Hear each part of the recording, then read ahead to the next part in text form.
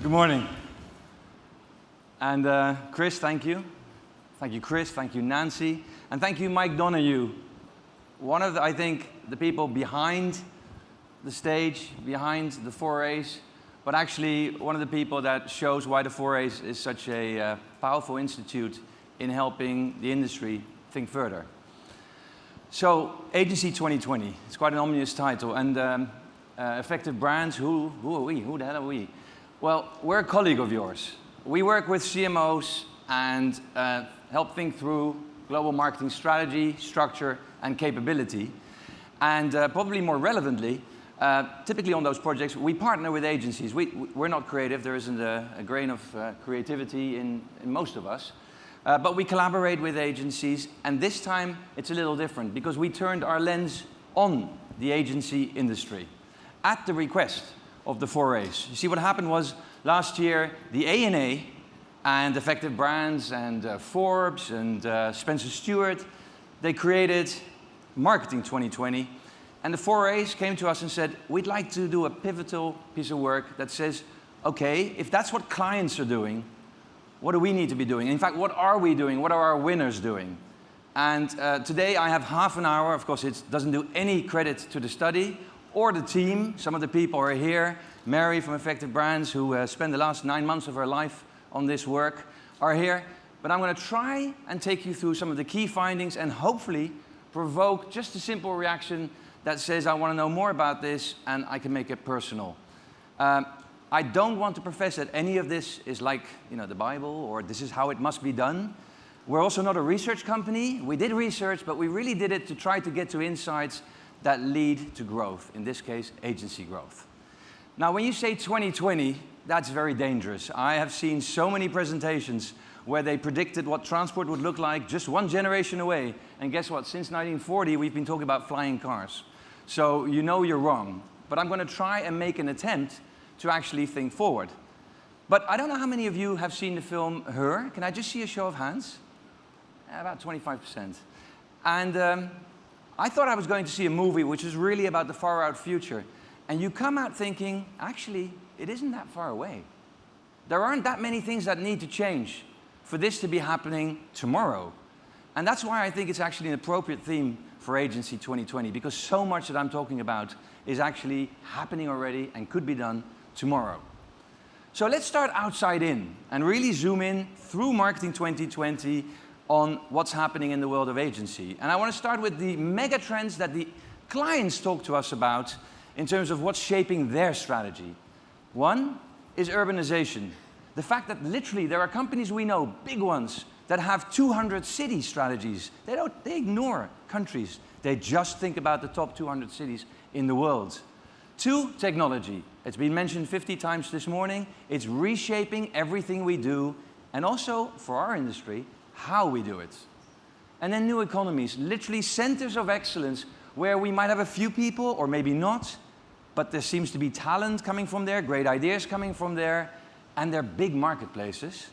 And finally, sustainability, because it's not at any cost. And this voice is coming loud and clear over to advertisers who are really thinking about their business strategy in that context. So let's zoom in a little and talk about the marketing world and what the CMOs see as what's driving them. Well, first, speed. I mean, how many people can honestly say, like Dana did at the Super Bowl, that when their competitor announces, in this case the iPhone C, the 5C, 1 hour later, they don't just have a reaction, but they have a funny reaction that is in the marketplace. How many people can say that? And transparency. You do something somewhere and it's seen. I'm going to give you an example of what I think is great transparency, and then an example that will make all of us cringe and hope that it never happens to us. The first one is McDonald's.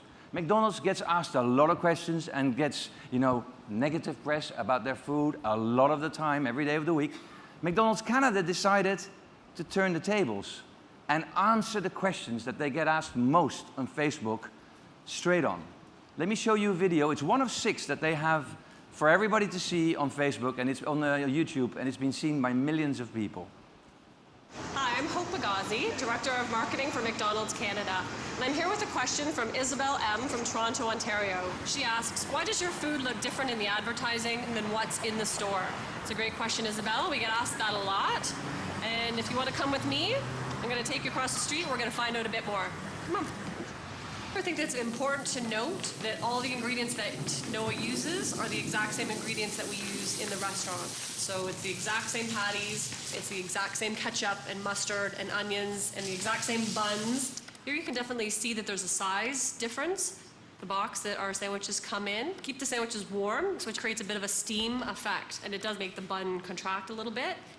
And then the main difference is the fact that we actually took all the ingredients that are normally hidden under the bun and we pulled them to the foreground so that you can see them. And those are the main differences. So, Isabel, thank you so much for your question. We hope that's answered it for you. Thanks. Now that's transparency in the sense of, you know what? We stand for our product. And I don't think you can watch that but not feel impressed by what McDonald's does and how they are willing to just be out there and say, this is how we create our stuff. Now let me show you another shape of global transparency that I think you won't want to find yourself in. Yesterday, I apologized for offending many people around the world. Today, I'm repeating that apology. Through the entire life, I've always respected every person I've met, including gays and their families, without any distinction. I've never discriminated against anyone. I've heard the countless reaction around the world to my words, which have impressed and saddened me. It is clear that I have a lot to learn about the lively debate concerning the evolution of the family. In the coming weeks, I pledge to meet a representative of the groups that best represent the evolution of the family, including those who have been offended by my words. So that's the CEO of a small Italian pasta company that gave an interview in a very small North Italian newspaper and made some off-the-cuff remark about talent for their advertising. And 24 hours later, this video was being watched by millions of people, and competitors were enjoying the charade by placing full-page ads in the New York Times. If it happens anywhere in the world, you know about it. Very, very transparent. And then Millennials, the generation that's known for saying, why? What is behind your company? What is behind your brand? And if they don't ask, there's NGOs like Oxfam, which, by the way, is not a fringe organization, helping people understand what's behind the brands, behind the companies that are serving our daily needs. Enormous transparency. I don't think anyone here would argue that what we do as marketers has changed dramatically just over the last few years. But actually, when you look at how we're organized, it's scary of how much is actually the same. And that's why we created Marketing 2020 last year.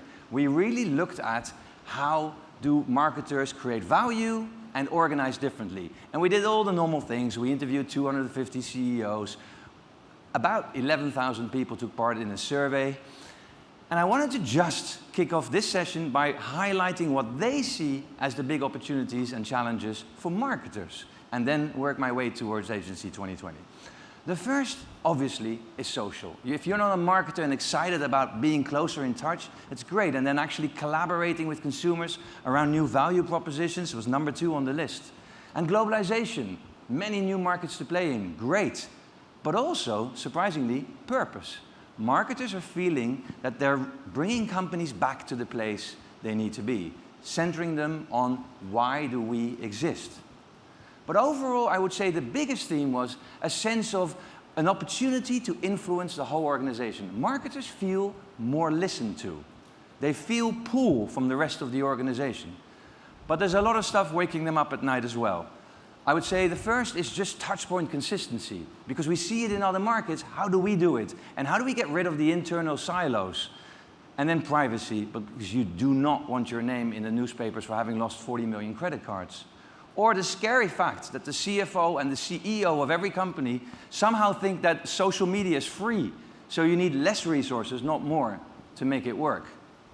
But I would say one really big one is just data. There's so much of it. Just too much data. Yes, I want to hear your opinion, but not all the time. And marketers are feeling overwhelmed.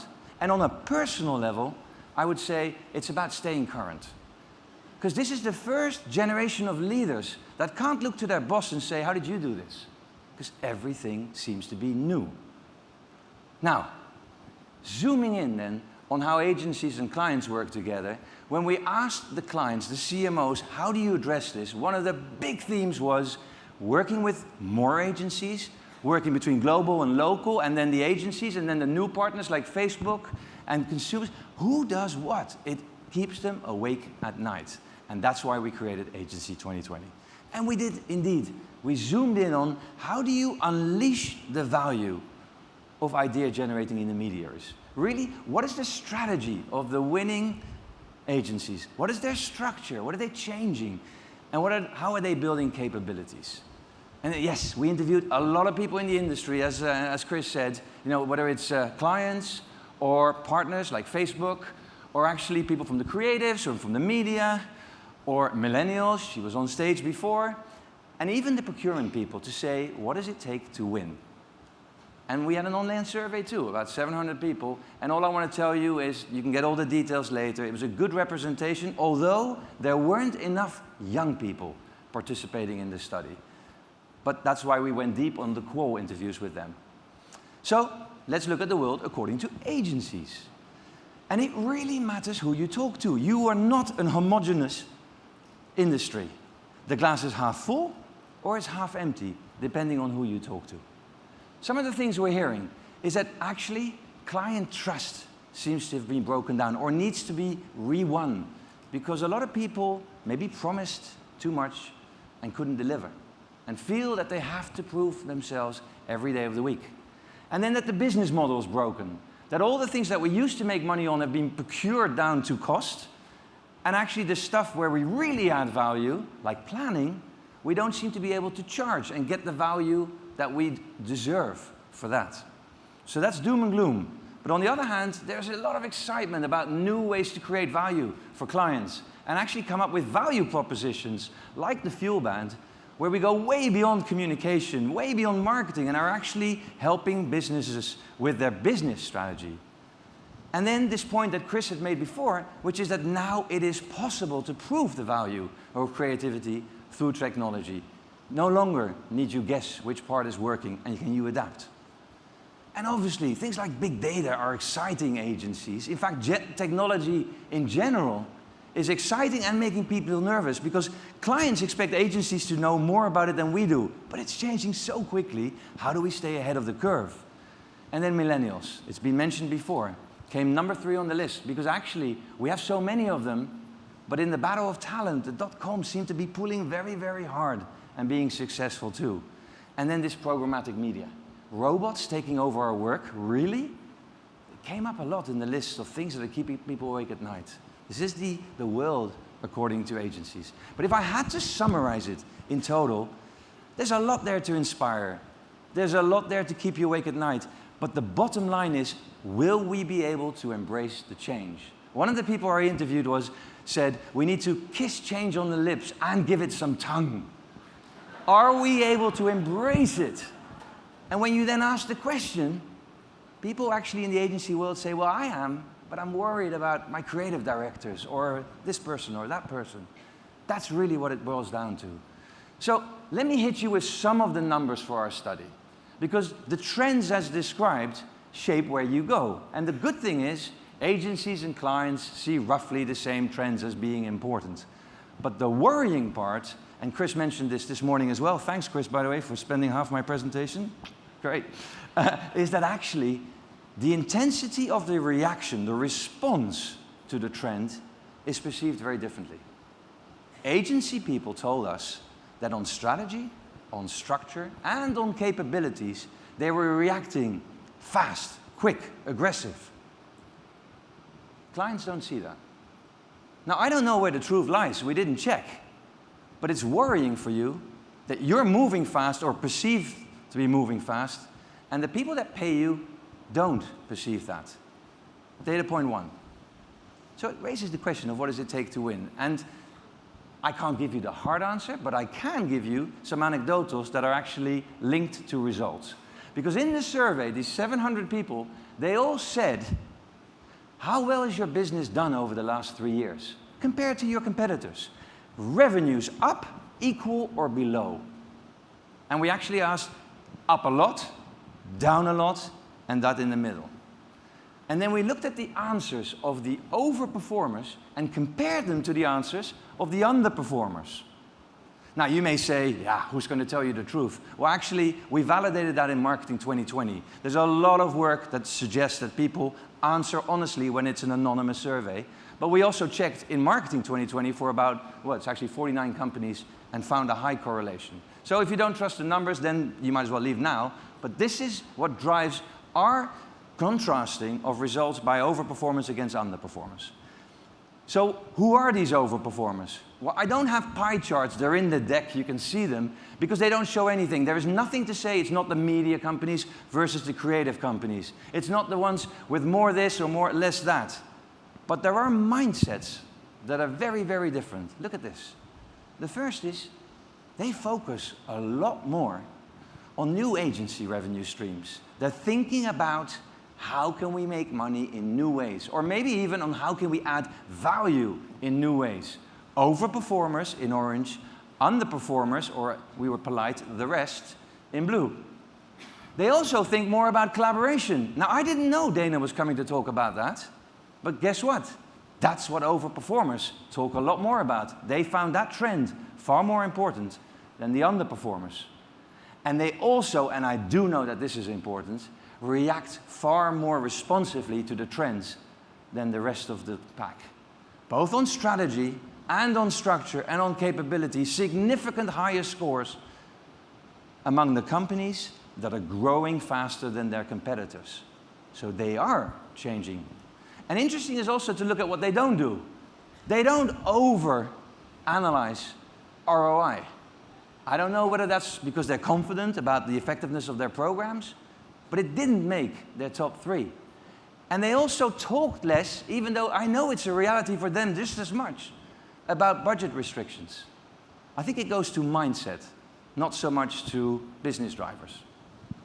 So let's zoom in further on what it takes to win. And for that, I want to offer a framework that we used in Marketing 2020. It starts with, if you like, the what do we do? It's about big insights, it's about purposeful positioning, and it's about experiences. And then we look at how does the organization actually deliver that. And this we try to apply in terms of agencies too, and say, how well do they connect and inspire their people, focus the troops, organize their departments and how they work with others, and then build capabilities. And this is, if you like, the red thread through the rest of my presentation.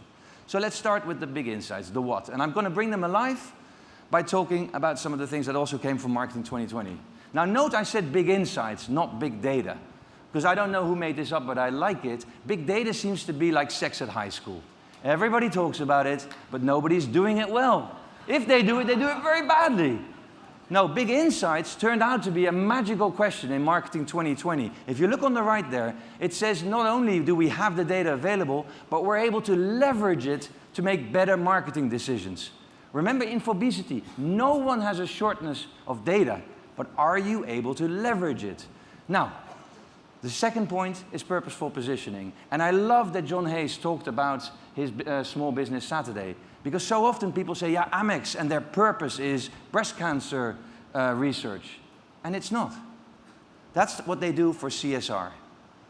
Their purpose is clearly Small Business Saturday. That goes to the heart of what they do. The question is, can you connect what they do with what they're doing for the world?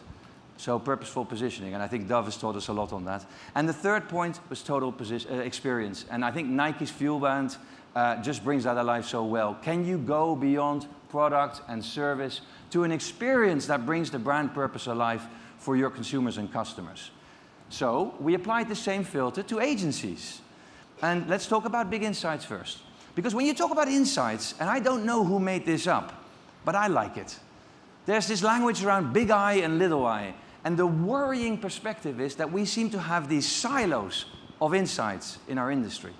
The first is what clients describe as insights. It's really the deeper truths about consumers that you would capture in a segmentation, and that, for example, Millward Brown does well, and that really go to who is this client and what do they need, this consumer.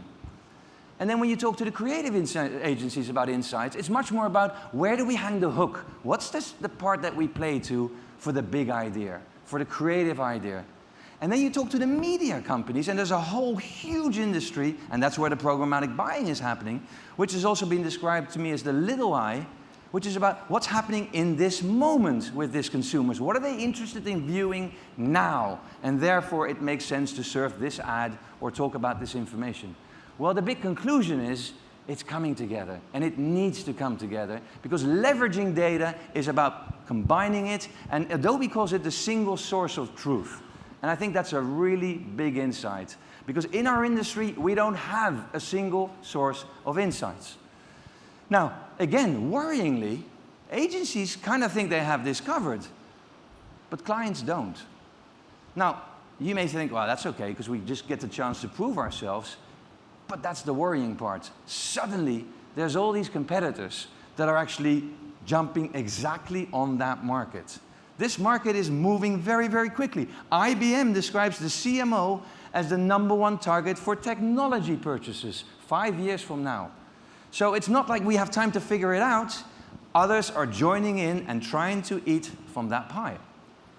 Very important. And this is exactly the stuff that proves value of what you're doing. So it's crucially important.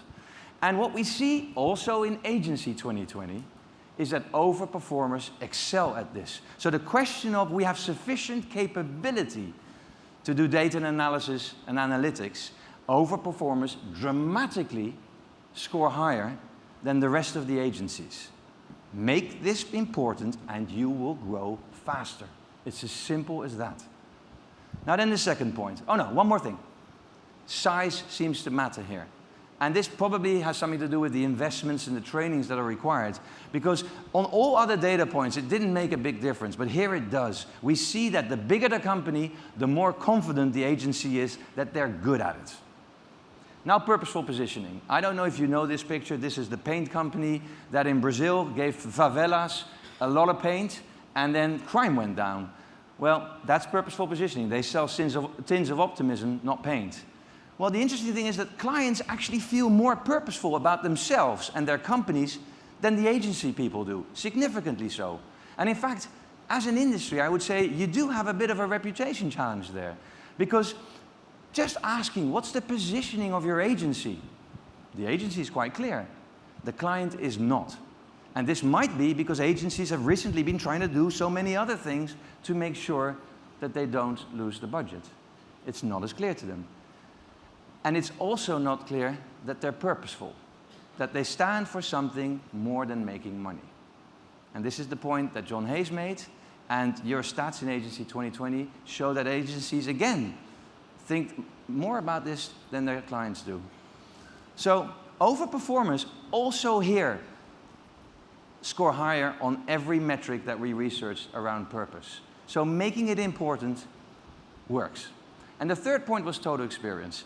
Now, I want to just offer a framework to think about this, because we think that brand value as you move forward really has two dimensions, and I'm not portraying this as the model, but it's useful for the purpose of this exercise, where one is about personalization and depth. And Amazon has taught us all how to do that brilliantly. But they only have a few touch points in my life, and I assume yours.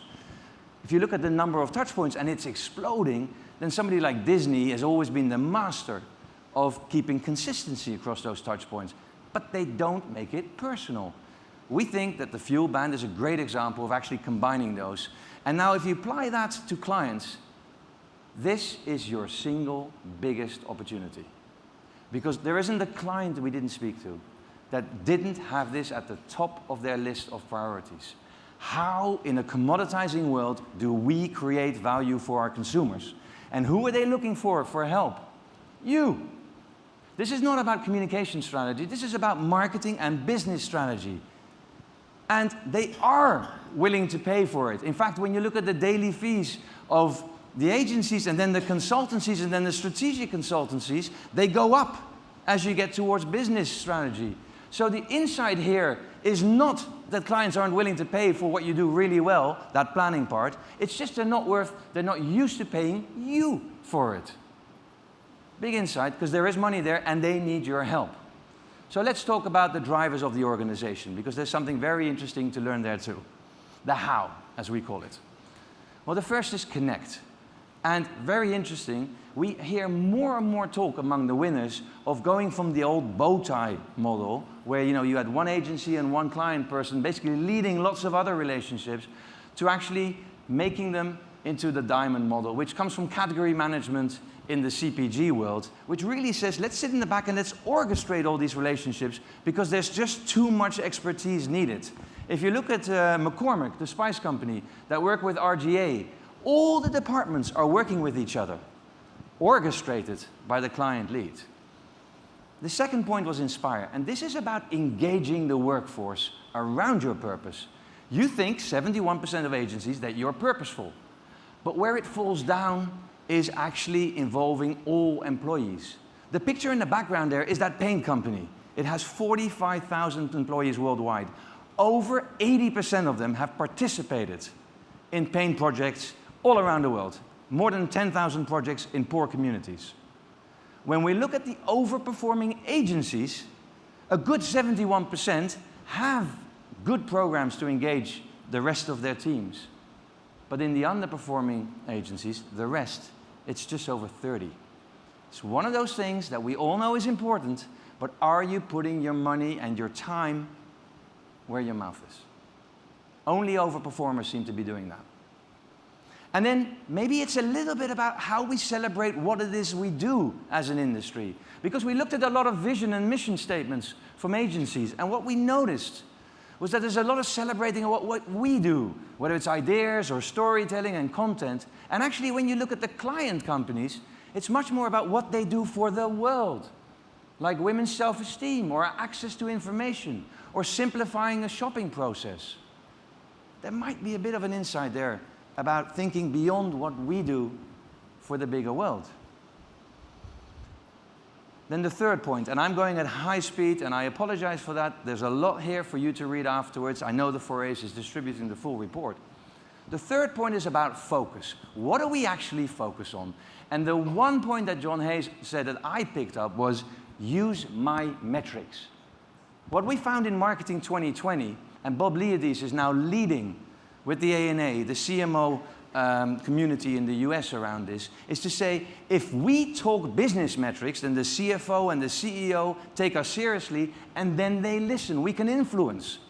Well, you, as the agency, have to be talking the metrics of your clients, and not some googly-goop metrics that we like and sort of communicate what we want to do. You have to use their metrics. And interesting, there was one point that I wanted to mention around overperformance where they stood out. There was a metric around engagement where overperformers really talked a lot more about it than the rest of the agencies. Now organize. Who does what? Well, the interesting thing is, and this is perhaps worrying, perhaps it's exciting, it certainly goes to collaboration, is that Marketing 2020 showed that overperformers work with more agencies. If you can see here, the question was, do you work with 5 or more agencies? And overperformers do, because they don't believe all the expertise is available in one agency. But what everybody agrees on is that there is a lack of clarity on how we work together between the agency and the client, between the agencies among themselves, within the agency even. And what we need to get away from are the P&L silos and much more to a network collaboration. And there's a lot of experimentation going around. But my read on this is that if you're big enough to call Sir Martin and say, get your act together, pull them together, you get a team. What about all those other clients that aren't big enough to do that? Are you pulling the resources together for them across P&Ls for success? And then you can't talk about organization if you don't talk about millennials, because indeed they are so important to your future. Interestingly enough, again, overperformers are better at attracting and retaining and developing millennials. They've made it, and not just by a small stretch. Can you show the chart, please? It's a huge difference. They make it a priority. So all kudos to the 4A's that they pull them up here on the stage. But what are you doing next week in your agency? Are they on your agency stage? And are they feeling important? So let's step back and actually say, what motivates them? Well, it's about mentoring, because they're at the start of their career. It's about collaborating with lots of teams, not one department. It's about transparency, because they like honesty. And it's about balance, which is different to how we grew up. Andy Fennell, the CMO of Diageo, said when he applied for his job, he asked for what car he was going to get. Now, they're asking about what do you stand for as an organization, Diageo? Balance. But most of all, it's about purpose. So many stories about millennials leaving higher paid jobs. Notice how cash was not on the list for companies that are more purposeful. So that motivates them. But there's a lot that can do to demotivate them. And Anthony Bennett talked about bad leadership. Well, they hate hierarchy. They hate being told, this is the way we do things around here. They hate that these are the rules, and if you stick to those, you'll do just fine. And what they absolutely hate is sitting at the office, not meeting clients, and actually being asked to fill in Excel sheets. That's not what I joined the creative or the media agencies for. What they also find important, and this isn't just for millennials, it's for everyone, it's really about how you organize. We saw that overperformers have clear career paths. They take the trouble to map those out for people. And that gets to the final point, which is about how are you building capabilities. Well, the interesting thing is, the first thing is, how big is the gap where we are now versus 5 years from now? And agencies, again, quite scarily, think that they're good along the way. 42% think that they're ready for 5 years from now. Clients don't agree. They see a bigger capability gap. And again, it doesn't really matter what's true. Do you want your clients to think you're not ready for the future? And there are very clear areas to focus on. And clients and agencies pretty much agree, with the exception of mobile, which clients find more important. But again, overperformers are more equipped. Indicator for success. And they put their money where their mouth is. This is the statistic for, do you train your people 3 days or more? Quant, eh? This is not some leader bluffing it from the top. This is the people telling us themselves. And overperformers train more, and they also train better. We asked about the quality of the training that people got. So it's very important. So I want to leave you with the thought that maybe the Marketing 2020 framework is also useful for Agency 2020. But if I stepped from the stage now, which they want me to, I would be remiss because I wouldn't give you something. And I want to make it personal. Because when you think about what it will take for agencies to succeed, for agencies to win, there's so much here. Then you have to ask yourself what I can do tomorrow. And the good news is, it starts with you. I'm not bluffing. If you're important enough to fly to LA and be at this conference, I'm guessing you're a leader. Well, this is a real acid test question. Does your leader get social and digital? Are you leading by example? Look at the difference in score. You are the difference. You can start tomorrow. But it's not just that. It's also the mindset. Because it's about thinking integrated solutions to help that client. And screw the P&L for a moment. Let's get success first. Not handoff. I've done my bit, now they need to run with it. That's old school. And anything we do, and however we're organized, that promotes that mindset, we're doomed for failure and others will step in. And think holistically. This is the one point in the presentation where I'll go negative for 2 seconds. I spoke to a lot of leaders in the successful part of your industry. They were kind of enjoying that the other part of the industry was having a tough time. Because for so many years, it was the other way around. Now that is scary. Because the younger people in your organizations see the need for collaboration. It's how they're made up. But the leaders may get in the way because of things in the past. This is not about rearranging deck chairs. This is about making sure we're not on the Titanic. So celebrate the industry. There's so much great work. There are so many examples of agencies that have broken the mold and done something new. Your clients are literally telling us and you, we need you. And you actually have the talent because the millennials are with you now and they're psyched. They're willing to come up on stage and tell you what to do.